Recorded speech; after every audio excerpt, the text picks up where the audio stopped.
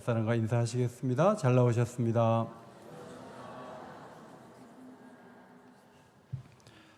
사사기 13장 말씀을 가지고 주의 뜻을 알기 원합니다. 그런 제목의 말씀 전하겠습니다. 최선의 노력과 지도자들의 전략의 성공이 좋은 시대를 가져온다고 일반적으로 사람들은 믿고 있습니다.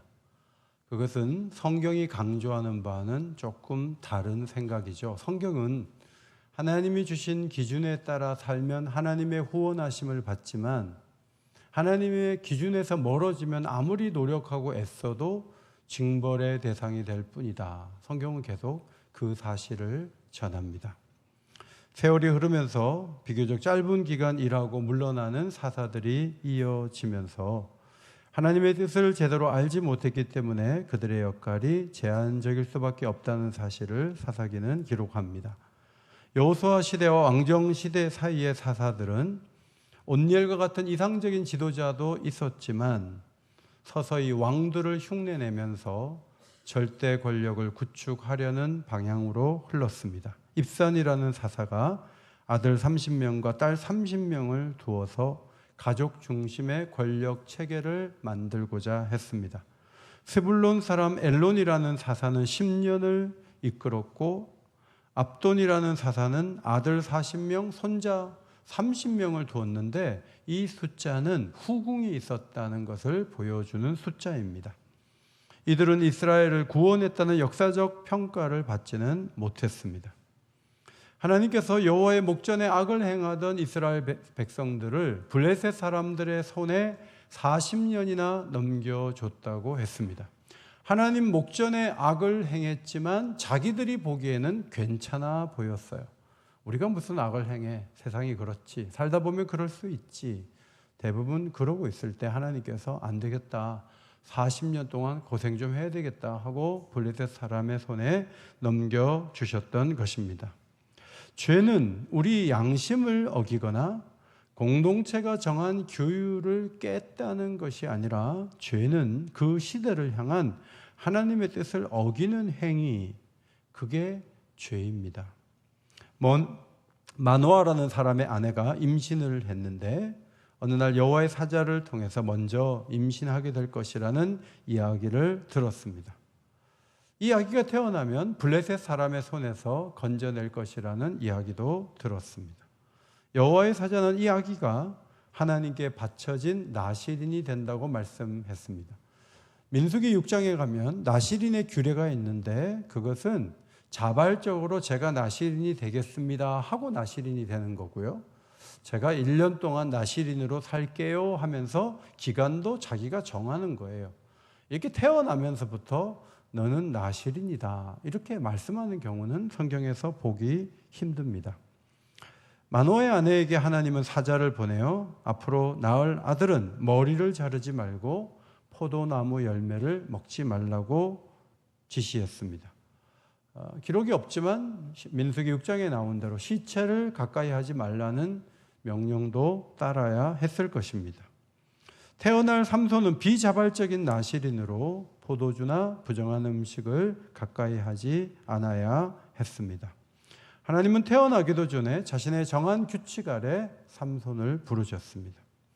역사를 보면 하나님은 인간적으로 생각하기 어려운 출생을 통해 시대를 새롭게 하는 인물들을 계속 보내주셨습니다. 오래전에 이삭도 긴 세월 자녀가 없던 사라의 몸을 통해서 태어났죠. 사무엘도 자녀가 없던 한나의 기도를 받으시고 태어나서 시대를 새롭게 하는 지도자가 되었습니다. 세례 요한도 자녀가 없던 나이 많은 사가랴의 몸에서, 엘리사벳의 몸에서 태어나게 되었습니다. 마리아도 성령으로 잉태하여 남편 없이 아이를 낳는 그런 놀라운 길을 걸어가게 되었습니다. 하나님께서 있는 집안에 하나 더 주지 않으시고 이렇게 자녀가 없는 가정에 기적적으로 아이가 태어나게 해서 구원자로 삼으신 것은 구원은 하나님으로부터 이루어진다는 사실을 역사 가운데 보여주시기 위한 것입니다.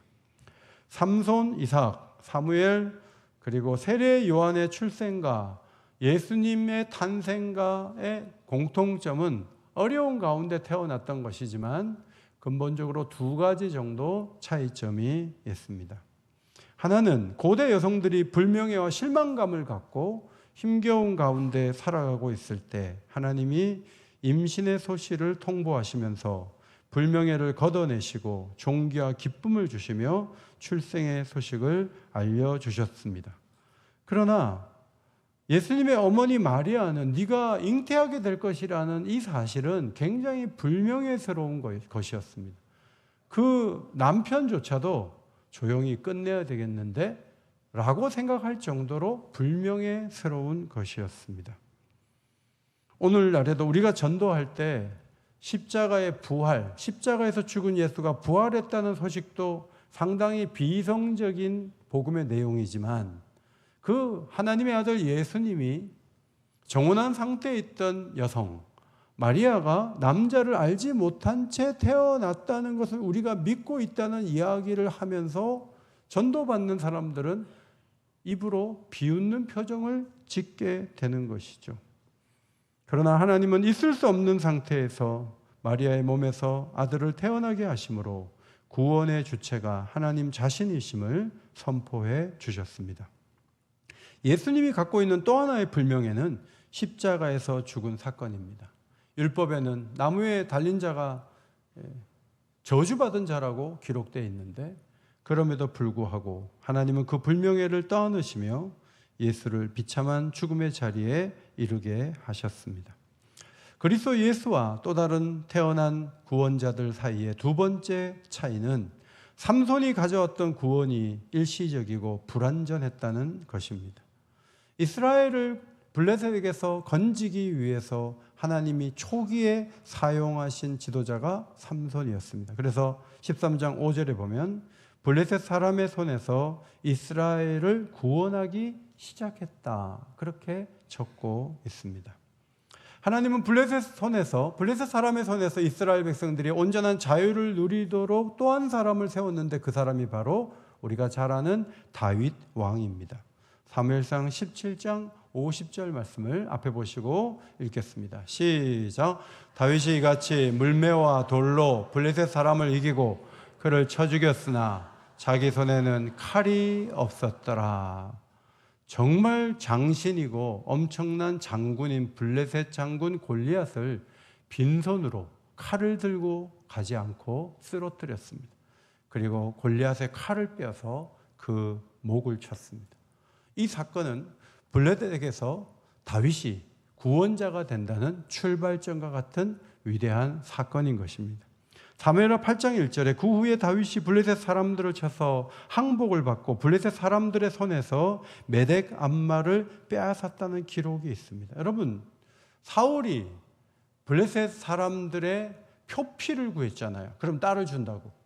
100개 이상 그 사람 죽이고 가지고 오는 거예요. 블레셋 사람들하고 싸워가지고 한 번도 진 적이 없어요. 완승이에요. 여러분, 그렇다면 다윗이 온전한 구원자인가? 정치적인 자유를 주었지만 사람들을 죄에서 건져내는 것은 다윗이 하지 못했고 다윗 자신도 안목의 정욕에 빠져서 우리아의 아내를 궁으로 불러들이며 엄청난 죄를 지은 사건이 사무엘하 12장에 기록이 되어 있습니다. 완전한 구원은 오직 예수 그리스도를 통해서 이루어지는 것이죠. 천사가 마리아 약혼자 요셉을 설득하며 나실 예수님에 대해서 이렇게 말했습니다. 마태복음 1장 21절 같이 읽겠습니다. 시작. 그가 자기 백성을 그들의 죄에서 구원할 자이심이라 하니라. 삼손은 다윗을 바라보게 하는 의미에서 사사이고 그는 메시아 예수 그리스도를 대망하게 하는 중간 역할을 하는 사람이었습니다. 2절 이하의 마노아 아내가 임신하게 된다는 사실을 들었을 때 그분이 자기에게 말하는 그분이 자기 이름을 자신에게 이르지 않았다고 남편에게 말했습니다. 낳을 아이가 나실인이 된다는 사실은 명확하게 듣고 남편에게 전하면서 태어날 아이에 대한 얘기를 오손도손 남편과 얘기할 정도로 부부관계가 가까웠던 것 같아요. 8절 이하의 말씀은 마노아가 하나님께 기도한 거예요. 남편인 마노아가 주께 보내셨던 그 하나님의 사람을 제게도 보내셔서 이 태어날 나실이 될 아이가 어떻게 자라야 될지를 저에게 가르쳐 주십시오 하고 기도했는데 하나님이 그 기도에 응답해 주셨어요. 9절입니다. 하나님이 마노아의 목소리를 들으시니라. 그러면 마노아의 목소리를 듣고 하나님의 사람이 마노아에게 나타나지 않고 누구에게 나타났냐면 또다시 마노아의 아내에게 나타났어요. 이상하지 않습니까? 아버지로서 이 사람은 보통 우리가 애들 교육은 부인에게 맡기고 남편은 회사 일에 전무한다고 생각을 하는 이 시대의 사람들도 그런 것이 있는데 이분은 아버지가 되어서 아버지가 직접 하나님의 교육 방침을 좀 듣기를 원해서 그 하나님의 사람을 자기에게 보내달라고 했는데 하나님의 사람이 마노아에게 나타나지 않고 그 부인에게 왜 나타나냐 하는 거예요. 좀 이상한 부분이에요. 몇몇 기록을 보니까 마노아의 기도 속에 호기심이 들어있고 불신앙이 들어있다. 이것은 단순히 전적인 믿음을 가지고 드린 기도라기보다는 자기도 한번 확인해 봐야 되겠다. 약간의 의심이 들어간 기도일 수 있다. 또 아이를 키우는 데 있어서 엄마의 역할이 훨씬 중요하니까 믿음 좋은 엄마에게 거듭 나타난 것이다. 이렇게 볼 수도 있습니다. 마노아는 사실 여호와의 사자와 대화를 주고받은 후에 번제를 드렸는데 여호와의 사자가 번제 불꽃과 함께 막 올라가 버리니까 이 천사가 아니고 내가 하나님을 본 것이구나 하고 뒤늦게 깨달았어요. 그리고 이제 우린 죽는다 이렇게 했을 때 부인이 여보 번제를 받으신 걸 봐요. 우리 안 죽어요. 하나님이 번제를 받으신 걸 보면 우리가 죽지 않아요. 이렇게 안전하게 얘기한 걸 보면 믿음이 아내에게 더 크게 있었던 것을 볼 수가 있습니다. 사실 성경을 자꾸 보면 가정을 대표하는 가장이라 그래서 늘 하나님을 더 잘 아느냐? 뭐 그렇지는 않아요. 이 선에 서 있는 사람들이 오히려 하나님 앞에 더 가까이 나오는 경우가 있지 않습니까? 다윗도 11번째 아들이에요. 8번째 아들이에요. 요셉은 11번째 아들이에요. 장남을 우선으로 하는 고대 사회에서 그들이 앞설 수 있는 이유가 없지만 하나님은 자기가 원하는 자들을 더 가까이 하시고 더 큰 임재를 경험하게 하셨던 것을 볼 수가 있습니다. 먼 훗날 엘리도 경륜 깊은 대제사장이었지만 하나님의 음성을 직접 듣지 못한 채 수습 선지자와 같은 어린 사무엘이 하나님의 음성을 들어서 엘리에게 전달한 경우도 있었습니다. 여러분, 더 존중받고 사회적으로 우위에 있고 우선권이 저분에게 있겠지라고 생각하지만 하나님은 가장자리에 있는 사람들에게 더 놀랍게 자기를 드러내시는 경우가 종종 있었어요. 예수님은 벳세다, 고라신, 가버나움의 사람들이 회개하지 않는 것 때문에 탄식하다가 갑자기 또 예수님이 기뻐하셨어요. 기뻐하신 이유는 마태복음 11장 25절 이하에 나와 있어요. 앞에 보시고 같이 읽습니다. 시작. 천지의 주제이신 아버지여, 이것을 지혜롭고 슬기 있는 자들에게는 숨기시고 어린아이들에게는 나타내심을 감사하나이다. 이렇게 된 것이 아버지의 뜻이니이다. 이따금 초등학생들 가운데 1, 2, 3부 예배 가운데 와서 제 설교를 노트를 해서 그 엄마가 그걸 찍어서 저한테 보내준 적이 있어요. 제가 이렇게 보니까 핵심을 제대로 보고 있어요. 저는 한편으로 감사하면서도 한편으로는 제 설교가 초등학생이 쉽게 알아들을 수 있는 설교구나. 그런 생각이 들면서 조금 더 어렵게 해야 되지 않겠나 이런 생각을 하지만 여러분, 복음을 아이들이 깨닫는 것은 얼마나 큰 축복입니까? 중고등학생만 돼도요, 성령을 경험해요. 저희 아들이 중고등부를 지금 목회하고 있는데 수련회 갔다 왔대요. 7시에 시작된 집회가 12시 반까지. 애들이 막 2시간씩 뜨거운 불덩어리가 돼서 막 기도하는 거예요. 근데 그 일을 위해서 토요일마다 모여서 교사들이 기도했는데 애들이 뜨거운 불덩어리가 되면서 하나님을 찾는 모습을 보고 너무 감사하다고 그렇게 얘기를 하는 거예요. 여러분, 중학생, 고등학생이 성령을 받을 수 있어요. 하나님의 은혜 가운데 붙잡혀진 바 될 수 있어요. 이것이 하나님 우리에게 주신 놀라운 축복이 아니겠습니까? 사라는 임신 소식을 듣고 웃었죠. 세례 요한의 아버지 사가랴도 내가 그걸 어떻게 알겠습니까? 라고 임신 소식에 대해 회의적인 반응을 보이다가 아이가 낳기까지 말을 하지 못했죠. 마리아도 남자를 모르는데 어떻게 그런 일이 있을 수 있습니까? 라고 물었지만 마노아의 아내는 자신에게 나타나 말하는 여호와의 사자의 말을 거부감 없이 받아들이고 남편에게도 있는 사실을 그대로 전했습니다. 하나님의 사자가 마노아의 아내에게 나타나자 여인이 급히 남편에게 달려가서 남편을 데리고 왔을 때 그 자리에 여호와의 사자가 있었어요.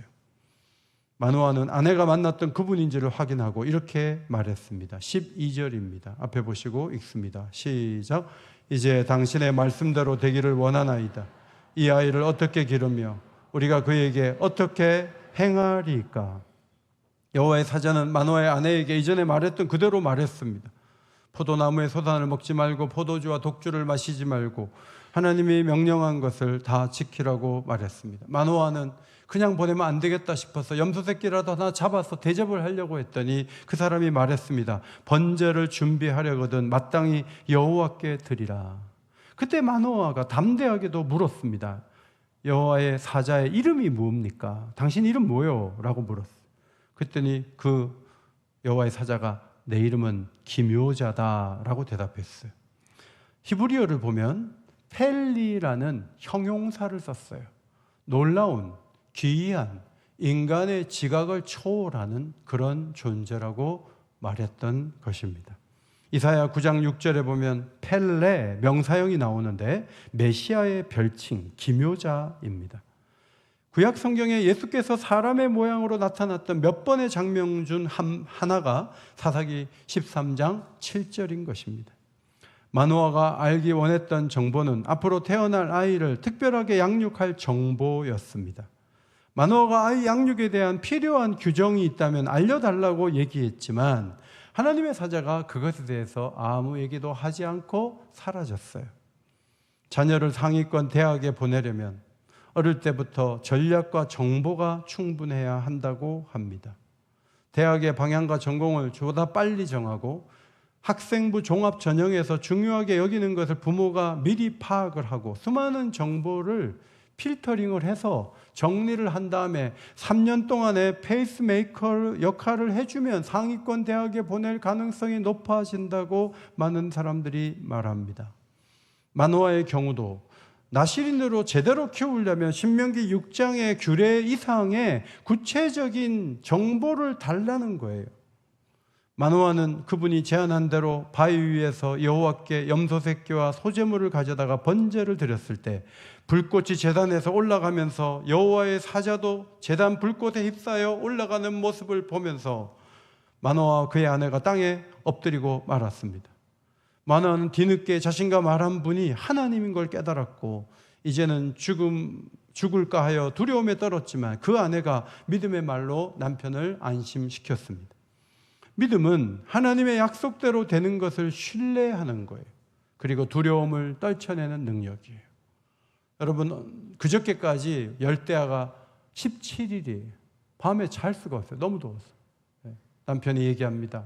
이러다가 죽을 것 같아. 그때 부인이 여보 찬바람이 불 거예요. 그랬는데 어제 찬바람이 부는 걸 남편이 느끼면서 당신은 선지자야. 그렇게 말하지 않겠어요? 근데 그 부부가 똑같이 이러다 우리가 둘 다 죽겠다 이렇게 말하면 그 집안의 수준을 보여주는 거예요. 여러분, 한쪽에서 안 된다 죽는다 할 때 한쪽에서 생명을 말하고 하나님이 동행하시고 도우신다는 것을 말할 수 있는 믿음의 입술을 가진 사람들이 되시기를 주의 이름으로 축원합니다. 마노아뿐만 아니라 우리들도 자녀들을 양육할 때 조금 더 알고 더 구체적인 지침을 받아서 하나님이 도우시는 가운데 자녀들을 더 좋은 곳에 보내기를 원하죠. 우리도 자녀 교육을 위해 더 새로운 것을 알기를 원해요. 우리 주변에 누군가 어떤 시도를 해서 좋은 성과를 냈다면 우리도 그 방식을 따라서 좋은 성과를 내고 싶은 것은 본능이에요. 그런데 오늘 마노아에게 하나님은 더 많은 정보를 주시지 않고 하나님을 더 깊이 알기를 원하세요. 우리로 말하면 예배드리라는 거예요. 여러분, 아이를 잘 키우는 거하고 예배드리는 거하고 무슨 상관이겠어요? 그런데 하나님은 예배드리라는 거예요. 더 많은 규칙과 정보가 주어진다면 우리 애들이 자라는데 필요한 모든 것이 채워질까요? 아니요. 오직 하나님이 누구신지에 대한 깊은 이해를 할 때 우리의 자녀가 적절하게 인도함을 받게 된다는 것을 믿어야 됩니다. 모두가 강남으로 떠날 때 그래도 이 지역 사회에서 자녀들을 키우신 분은 대단한 분들이라고 생각해요. 강남으로 안 가면 큰일 날 것처럼 생각하는 그 시대에 이 지역을 지키고 자녀들을 하나님께 맡기고 보내던 학교에 보내고 이사도 안 가고 전학도 안 가고 검정고시 보지 않고 그래도 하나님을 신뢰하고 걸어온 분들은 믿음이 좋은 분들이죠. 우리는 사사기를 계속 읽으며 마노아 부부가 삼손을 제대로 교육하지 못했고 나시린으로 제대로 키우지 못했다는 사실을 보게 됩니다. 이것은 세부 규칙이 없어서가 아니라 하나님을 더 깊이 알지 못했기 때문에 일어나는 실패였습니다. 지금도 우리는 하나님께 두꺼운 가이드북을 건네시며 이대로 해보라고 좀 말씀해 주시기를 구할 때가 있어요. 그러나 하나님이 자녀들과 우리에게 주고자 하는 선물은 하나님 자신입니다. 구약의 상세한 규정을 암기하고 적용하면서 하나님을 알기보다는 복음을 완성하시고 성령을 부으신 후에 우리에게 자유를 주시고 성령의 이끄심을 하루하루 받아갈 수 있도록 우리에게 문을 열어주셨음을 기억해야 합니다. 사실 규정이 구체적일수록 사람들은 더 억눌리고 통제된 상황에 놓일 수밖에 없어요. 바리새인들이 왜 바리새인이 됐냐 하면 너무 많은 규정이기 때문에 그 규정을 지킬 수가 없어요. 그런데 지키는 척이라도 하려고 하다 보니까 이중적인 사람들을 양산하고 말았어요. 그 종교 자체가 규정이 너무 많아요. 하나님께서 주신 규정만 해도 600개가 넘어요. 그거를 수천 개를 만들어 놓고 그 속에서 뭔가 잘해보겠다고 하는 그 자체가 그 종교가 불가능한 일을 벌이는 거예요. 우리는 예수 그리스도의 부활을 묵상하고 아침마다 기도하며 성령의 도우심을 받습니다. 그리고 우리에게 자유를 주시고 은혜를 주신 하나님의 은총을 따라 하나님의 시선 앞에 살아가는 경건을 배우고 있는 거죠. 더 많은 규칙을 가지고 그것을 준행하면서 하나님을 알아간다 하는 것보다는 십자가의 은혜와 성령의 충만한 은총을 좇아서 하나님 안에서 살아가는 법을 부모가 배우고 자녀들에게 가르치는 것이 매우 중요해요. 우리는 삼손의 부모가 갖고 있지 않는 성경이라는 교과서를 가지고 있어요. 이번에 농아부 수련회에서 우리 농아부가 성경을 더 묵상하자, 성경을 더 자세하게 써보자, 그래서 성경을 더 가까이 하자는 각오를 가지고 돌아왔다고 목사님께 말씀을 들었습니다. 여러분, 말씀으로 씻어 거룩하게 되는 것은 얼마나 큰 축복입니까? 교회가 있어서 부서마다 수련회를 가고 말씀을 배우는 자리에 우리 자녀들이 가는 것은 얼마나 귀한 일입니까? 이번에 보니까 고3들이 수련회를 가요. 강남은 여름 수련회를 없애요. 왜냐하면 갈 애들이 없어요. 1학년부터 안 된대요. 그런데 우리는 고3들이 수련회를 가더라고요. 그럼 그 아이들이 안 될 거냐? 그렇지 않아요. 하나님 손에 맡기면 그 아이들의 장래를 하나님이 책임져 주실 줄 믿습니다.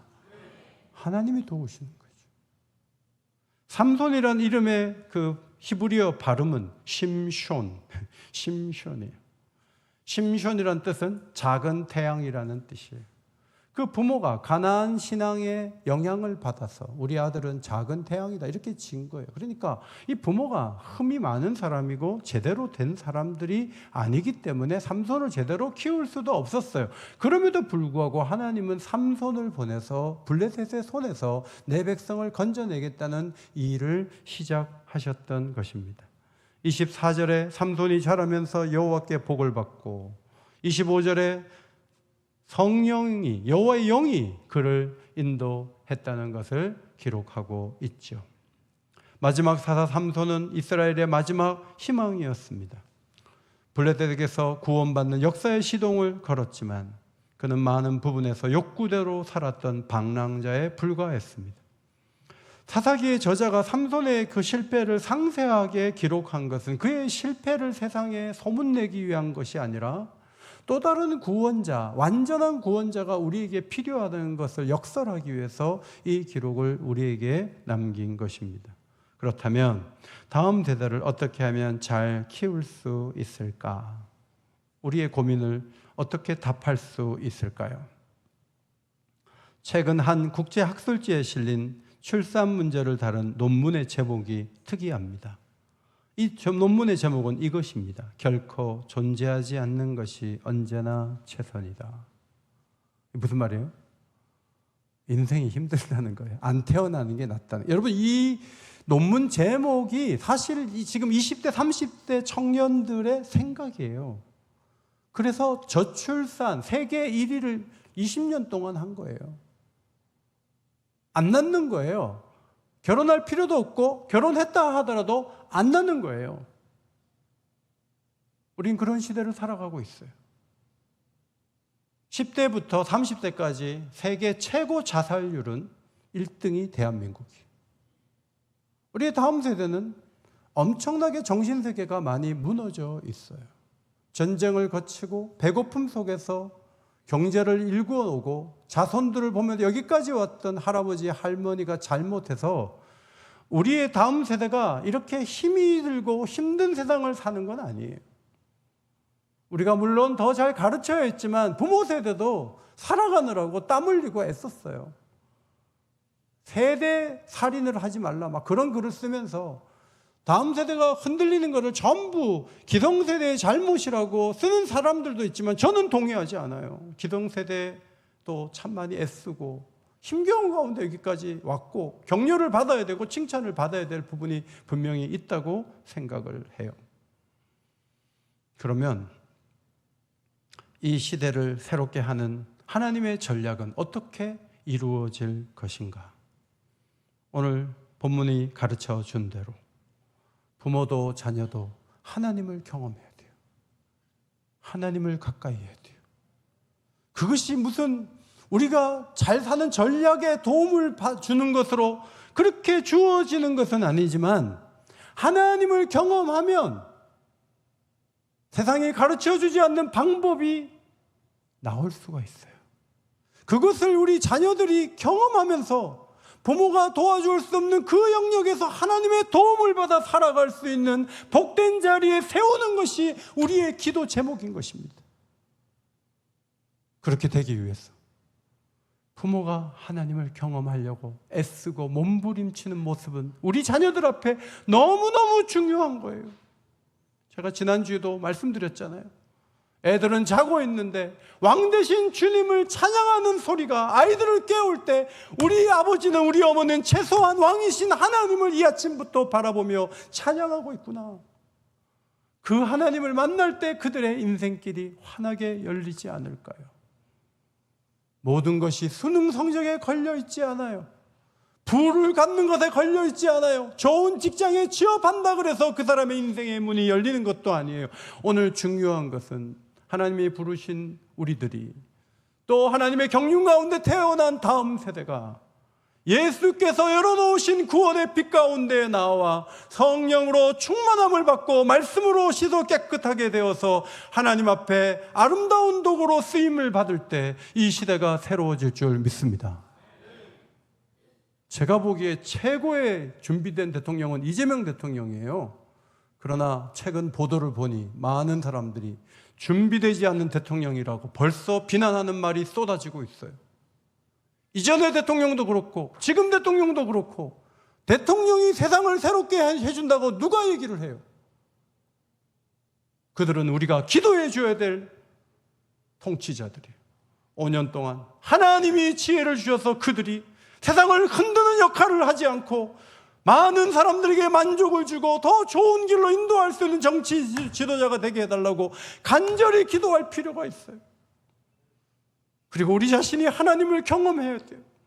아이들에게 간증할 것들이 날마다 있어야 돼요. 그리고 저녁 예배 때 아이들에게 하나님이 이렇게 도우시고 하나님이 역사하셨다고 부모가 얘기해 줘야 돼요. 그리고 그 얘기를 듣고 애들이 자라나서 하나님을 의지하면 길이 열린다는 확신을 가지고 가진 것이 없다 할지라도 불행해하지 아니하고 하나님을 의지하고 신뢰하며 걸어갈 수 있는 다음 세대로 세울 책무가 우리에게 있는 거예요.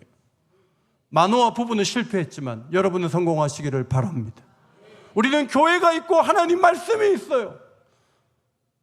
세부적인 규정이 남에게는 통하지만 우리에게 안 통할 수 있어요. 그 모든 차이를 건너뛰게 하시는 분이 성령이세요. 성령은 우리에게 맞춤으로 역사하시고 맞춤으로 들려주시고 맞춤으로 우리를 이끄실 수 있는 하나님의 영이에요. 날마다 성령을 의지하세요. 그리고 건강한 가정, 좋은 교회, 아름다운 사회를 만들어가는 주의 백성들 되시기를 예수의 이름으로 축원합니다.